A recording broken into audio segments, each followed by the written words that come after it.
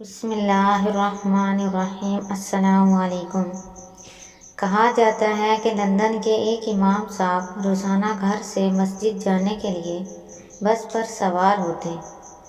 London میں لگے بندے وقت اور ایک ہی روٹ پر بسوں میں سفر کرتے ہوئے کئی بار ایسا ہوا بس بھی وہی ہوتی تھی اور بس کا ڈرائیور بھی وہی ہوتا تھا۔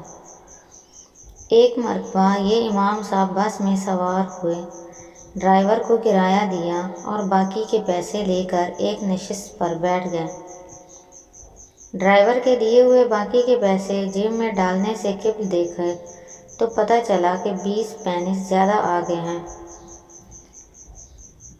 پہلے امام صاحب نے سوچا کہ یہ 20 پینس وہ اترتے ہوئے ڈرائیور کو واپس کر دیں گے کیونکہ یہ ان کا حق نہیں بنتا۔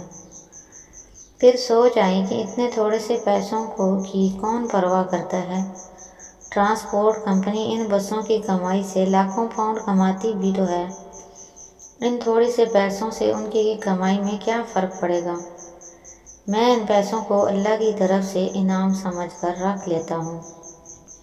اسی کشمکش میں کہ واپس کروں یا نہ کروں، امام صاحب کا سٹاپ آ گیا۔ امام صاحب کے مطلوبہ سٹاپ پر رکی تو امام صاحب نے اترنے سے پہلے ڈرائیور کو 20 پینس واپس کرتے ہوئے کہا، یہ لیجئے 20 پینس، لگتا ہے آپ نے غلطی سے مجھے زیادہ دے دیے۔ ڈرائیور نے 20 پینس واپس لیتے ہوئے مسکرا کر امام صاحب سے پوچھا، کیا آپ اس علاقے کی مسجد کے نئے امام ہیں؟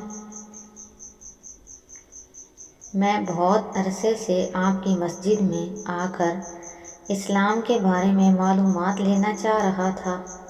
یہ 20 پینس میں نے جان بوجھ کر آپ کو زیادہ دیے تھے تاکہ آپ کا اس معمولی رقم کے بارے میں رویہ پرکھ سکوں۔ امام صاحب جیسے ہی بس سے نیچے اترے، انہیں ایسا لگا جیسے ان کی ٹانگوں سے جان نکل گئی ہے۔ گرنے سے بچنے کے لیے ایک بجلی کا پول کا سہارا لیا اور آسمان کی طرف منہ اٹھا کر روتے ہوئے دعا کی، یا اللہ مجھے معاف کر دینا، میں ابھی اسلام کو 20 پینس میں بیچنے لگا تھا۔